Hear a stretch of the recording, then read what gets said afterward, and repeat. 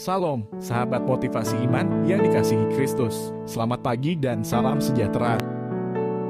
Sahabat ODB, pembacaan Alkitab hari ini terambil dari Roma pasal yang ke-14 ayat yang ke-13 sampai dengan ayat yang ke-21. Jangan memberi batu sandungan. Karena itu janganlah kita saling menghakimi lagi. Tetapi lebih baik kamu menganut pandangan ini. Jangan kita membuat saudara kita jatuh atau tersandung. Aku tahu dan yakin dalam Tuhan Yesus bahwa tidak ada sesuatu yang najis dari dirinya sendiri.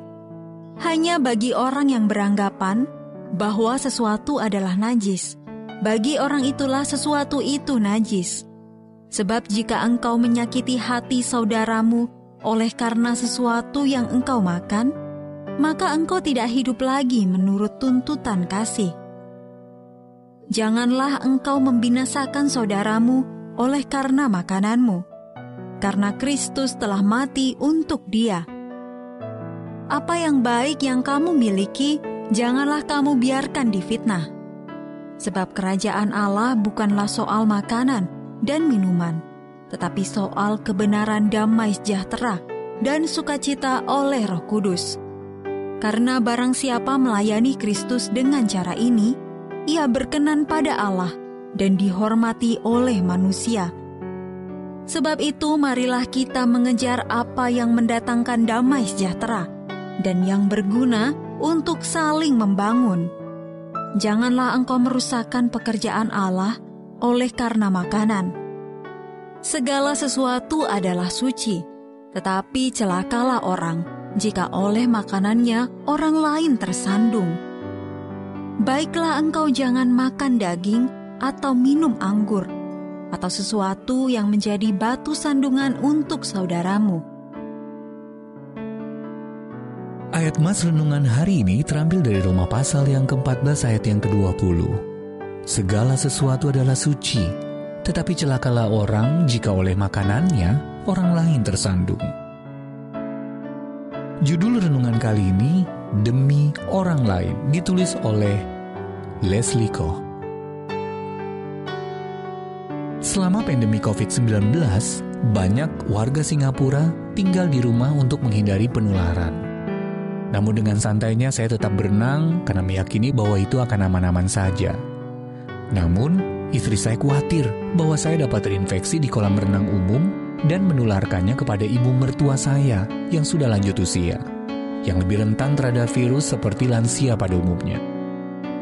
Bisakah kamu tidak berenang dahulu untuk sementara waktu demi aku? Ia memohon.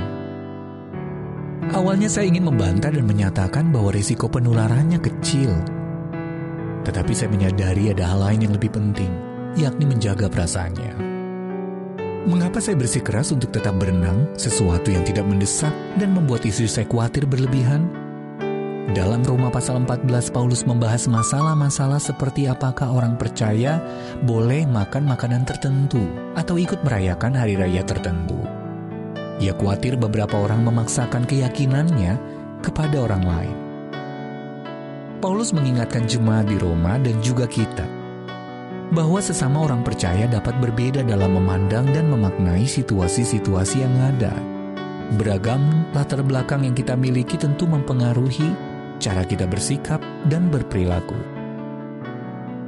Paulus menulis, karena itu janganlah kita saling menghakimi lagi, tetapi lebih baik kamu menganut pandangan ini.